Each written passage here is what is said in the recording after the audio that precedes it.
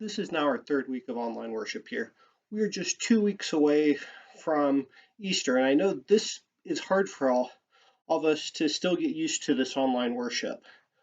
But and I know that many of you, like me, are still trying to understand what it means to be a church and what it means to be good neighbors in this time. We will continue our discussion of what it means to be a good neighbor. As I was before you several weeks ago, we were discussing this this in the context of the Good Samaritan. Sadly, this parable might not be the best thing for us to look at currently. I know that during this pandemic, we're being called not to have the physical contact with our neighbors. But this does not mean that we don't still have to show that we are neighborly. But now we need to focus more on the emotional and mental needs, along with some of the physical needs. I know this parable always feels like it pushes us to contact with other people, but this is not the call anymore for us. For many of us, this call to not be in relationship physically with our neighbors seems unchristian to us. We have been taught by the church for so long that you need to go out and embrace your neighbor, to show them hospitality in all avenues. Sadly, we are not able to do this currently. It's very important right now to realize we do not have scriptural context for what we need to do in this situation, because the original audiences had no idea of what this would be like. They didn't know about viruses, they didn't know about how they spread. Their world was maybe a quarter of what ours is. They didn't understand how quickly this could spread and the devastation it could result in. However, this does not mean that God did not give us guidance for what we should be doing in this kind of situation and how to show love to our neighbors. First, like many of my colleagues, I agree with the CDC and a lot of other organizations that are telling us to isolate, to stay away from our neighbors, and especially to make sure that we're trying to stay clean and not expose others to this virus. One of the best things we can possibly do right now to show God's love for our church, our family, for every one of our neighbors is to isolate, is to provide everybody the best chance of getting healthy and avoiding catching this. Also, if you do need to make contact, try to keep it as short as possible, but also remember to wash frequently. Wash as soon as you get done if possible to help keep from infecting any more than absolutely necessary. Microbiologist in me also has to warn you, try to limit the use of all these hand sanitizers and everything. Try not to use them unless there is something you immediately need to get cleaned off of you, because these are not designed to deal with viruses. They're designed for bacteria, and they even don't even prevent all the bacteria that we deal with currently that's harmful to us, such as strep. So try to limit the use of these, because if you overuse them, you're actually weakening your own immune system, and that puts everybody else in even more danger. In the modern day, maybe we need to actually look back to the biblical story of Naaman, who was a military leader from Damascus in 2 Kings. And while dealing with leprosy, he is sent to see Elisha in Israel for healing with a convoy of gifts. And Elisha doesn't go to him and see him personally, but sends a messenger to see him and to tell him that he needs to go wash in the Jordan 7 times. This is hard for Naaman to take.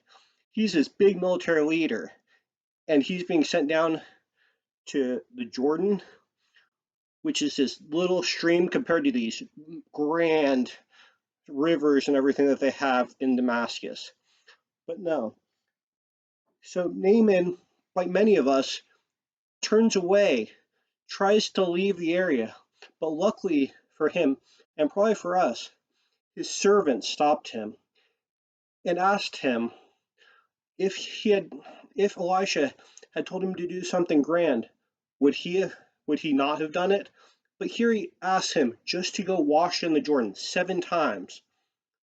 Finally, Naaman obeys and goes and washes 7 times, and his leprosy is cleared from him. This is an important lesson for us because I see a lot of this in our current context. How many of us would be willing to do such grand things to protect our loved ones, to protect ourselves? How many of us have signed up to go to war to protect our loved ones? And yet we cannot be bothered to stay inside and physically isolate ourselves from others. We are not able to just resist the temptation to go out. And yet this is all that God is asking us to do. This is what we have been told by leading experts that do know what they're talking about. We are just being asked to stay inside, isolate as much as possible, and to keep ourselves clean. And this is what could actually heal us and heal others. And yet we want to go out and do things. We can't stay inside for 2 weeks even. How many of you are guilty of going out within 24 hours of being told that you should stay inside because you got so sick of being inside that you just had to go out? On Monday, it goes into effect where the governor has put in a stay-at-home order. I'm hoping that this will actually help keep more of us inside. I know a lot of us are not good at this. I know that especially for you extroverts out there, this is a real challenge. But this actually might be a time to grow in your neighbor, how you can be a good neighbor. Especially for you extroverts, this is actually a good learning experience because that feeling that you have of wanting to go out and needing the social contact physically, this is the same kind of feeling that the introverts have about not wanting to go out when you bug them time and time again that they should go out and join you for the social interaction or this party, that party. So remember this the next time that you try to get people to go with you. Some people, they're more comfortable right now than they are on a normal basis when you're trying to get them to go out and do this stuff. I also want you to take a minute right now to think about everything that we have going for us right now to help us deal with the isolation. Yes, we are being called to physically isolate, but we're not being called to socially isolate as many people have said. Because we have many ways that we are able to be social and not be in physical contact. How many of you can FaceTime with your family and friends or can call them, can be on social media? Whether that's good or bad, I'm not going to say right now. But we have these other avenues that we can use. Plus, we can have delivery of almost any item that you could ever think of to our doorstep currently with no contact at all. I can tell you for a fact, you can have a hot tub delivered to your house right now with no contact. Not saying I did it, but yes, I did. Like Naaman, God has given us the ability to handle the situation we're in, and yet we want to deny the opportunities that we're given. We want to go out and do all these things that we are told that we should not do. All we are being asked to do is to stay inside and keep clean, and yet we can't do that much even to protect ourselves and others. However, even with all the warnings that we are currently getting about the need to stay inside and not have the physical contact, not go shopping for unnecessary reasons, as a retail person, I can tell you Wichita is being horrible at this. I am seeing influxes of customers right now that are bigger than the holiday season. I bet you can go to any grocery store right now and the parking lot is more full than it is before Thanksgiving. And that tells me something. That tells me that we are not willing to do what is asked of us. And this is part of the problem for us to be good neighbors. Many of us are healthy and probably can go out and do these things without much risk. But but more than 40% of our congregation is in the risk categories, especially the high risk categories. We have a large portion of our population that's over 65 and has multiple health issues, heart attacks, lung transplants, diabetes, all these things that contribute to the risk, and yet we're not willing to stay inside to protect them.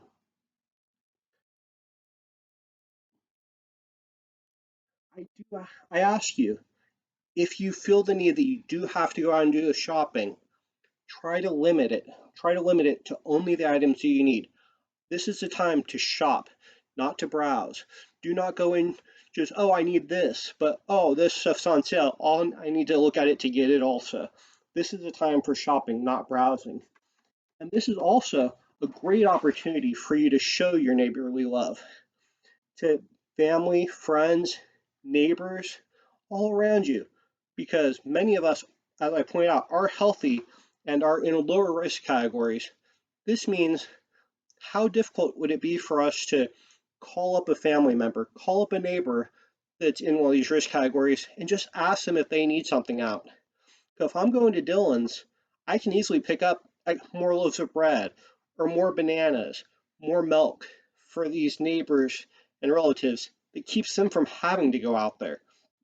Yet this is something that we are getting better at, but we aren't great at yet. This shows that we do love and care for our neighbors. We're willing to put ourselves at slightly more risk to provide for them so they don't have to be at risk. Furthermore, unless you are already sick or tired, try not to hoard the supplies, especially masks and gloves the medical professionals are running out of, that they don't have for doing their jobs to try to keep us all healthy. Most of us don't need 100 masks. We don't need 3,000 pairs of gloves. A couple pairs, yes, might not be bad to have around, but we don't need the amounts that we do. So if you have hoarded these things, please donate them to the medical professionals that do need them, or to the members of our community that might need them. Because yes, we do have some older members that aren't able to just stay inside because they have other things that they have to get done. And for those of you that, like me, do need to be outdoors, go outdoors. We have parks. You can walk around your neighborhood. There are hundreds of places in the area that you can go and be outside and get some fresh air, but not have to be near a lot of people. The biggest request through all this is try to stay away from other people, but also keep the kids away from the playground equipment. I can guarantee you it has not been sterilized and it has a lot of stuff on it that you do not want on a normal day. And if you do have to go out in this, please look after yourselves and others, especially by when you get home from these trips, immediately change out of the clothes that you're in. Get yourself cleaned up and get the clothes washing as soon as possible to avoid the spread. Because they've said that one of the best ways to prevent the spread is to wash your stuff in hot water and soap. That's what we're being asked to do, just to keep clean. I've even heard that many of the apartment complexes, many of the laundromats, have lowered their prices so that people can clean their clothes more often to help stem the tide. Furthermore, to be a good neighbor, I think part of this is we do need to find new methods of connecting or expand the methods that we already have. Build some relationships or fix relationships that we have had damaged over the years. I ask you, please call those that are in isolation, call those that are homebound, that are in the hospital, any of those people that might not get the social contact from others. This is all I ask, just a few minutes to show them that they are loved and cared about. And especially for you that have children around, I know you're looking for something for them to do. Color pictures, have them write letters to these people just to show them that they are loved and that they are thought about. And while you're on that, I invite you to also send some to our medical professionals that they need some encouragement right now, and our retail professionals that need encouragement to show that they are loved, cared about, and appreciated through all of this, because they're putting themselves on the line every day to provide for us and our health. I'm guessing most of you don't realize the amount of stress that a lot of these people are going through, especially those people working in the ER, where every person that comes in could be the one that could infect them. They're dealing with this stress daily. Most of them are working longer shifts than normal. Often they're getting lower pay because of how tight money is for so many of these places right now. As Dr. David Whiting points out, there's very much an increase in additional stress right now. And many are feeling that there's a need to stay away from home, to live either in groups with other medical people, live in pool houses, have separate apartments right now to stay away from their families so they don't risk infecting them. They don't want to infect their loved ones, so they're having to socially isolate themselves from even their closest family members right now. There have also been many times in Kansas recently that they've been advised that they should strip off their clothes and wash off with a hose outdoors before going into their houses. I'm not sure how many of the neighbors feel about that. I can see it going either way, whether they enjoy it or it's creepy. Furthermore, many of these health professionals have started showing symptoms and are having to self isolate themselves, reducing the amount of people available and making it even more difficult on the system. So I ask you, if you are if you have been in a situation where you might have been exposed, please isolate yourselves for the 2 weeks. If you start showing severe symptoms, yes, do seek medical attention, especially if you are in a higher risk category or if they are life-threatening symptoms. But even if you feel you've been exposed, please do not take up the time and resources to go be checked out if you aren't showing symptoms. There are limited tests currently. There are limited people to administer the tests. The tests need to be reserved for those in our community that desperately need them, that it could be a life and death matter for them. For most of us, unless we're showing the symptoms, it's not life and death. And just so you kind of understand the severity of what we're going on with right now, especially with the number of tests. Right now, it takes a minimum of 3 tests for a person to be concluded to have recovered from the coronavirus. Because they have to have a test that proves that they did catch it and do have it in their system. And then it requires 2 tests in a 24-hour period at the end that both come back negative to show that they have actually beaten it. That means we're having to go through a minimum of 3 tests per person that gets infected.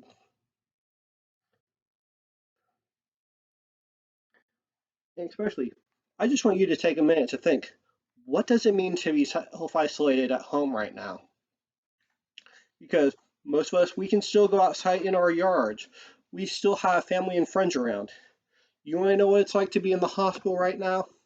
Imagine the next 2 weeks to a month, you can't have any visitors. Or if you can have visitors, you get 2 visitors. I talked to Rob Carnegie earlier this week, and he informed me that Wesley and many of the other hospitals in Kansas are limiting to 1 to 2 visitors your entire stay. That means your husband, your wife might come and visit you, and then nobody else can come visit you your entire time in there. They are the only one that's even allowed to return to visit you. So I know that self-isolation feels like a lot more self-isolation to me. And that's something I really want to avoid.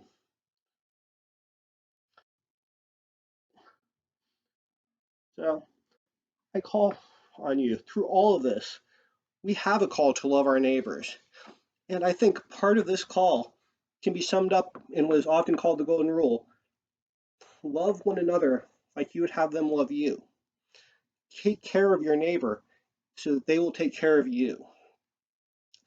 I know I don't want others to be exposing me to this virus. I don't want them to expose me, my friends, family, loved ones, any of you to this if it's possible to avoid it. And I don't want to, and in turn, I do not want to spread it to them. I also don't want to be the one that hoarded the supplies that doesn't allow somebody else to have what they need. I know I don't need 12 months of food right now. I don't need 6,000 wipes. I don't need 200 rolls of toilet paper. I call on any of you that have hoarded these supplies to share them, because many of the people that are needing them now are the ones that don't have the financial ability to prepare ahead of time. These people are living check to check most of the time, and now they likely don't even have the paycheck. And yet they're the ones that are struggling. They're the ones we are called to show the love to. Donate these to organizations. If you have any questions about where you can donate, call 211. It's for United Way of the Plains Helpline. They will tell you where you can donate, how you can help. They will also be able to advise you on what's being helpful in the area and what is not. This is one of the calls that we have right now to show this love.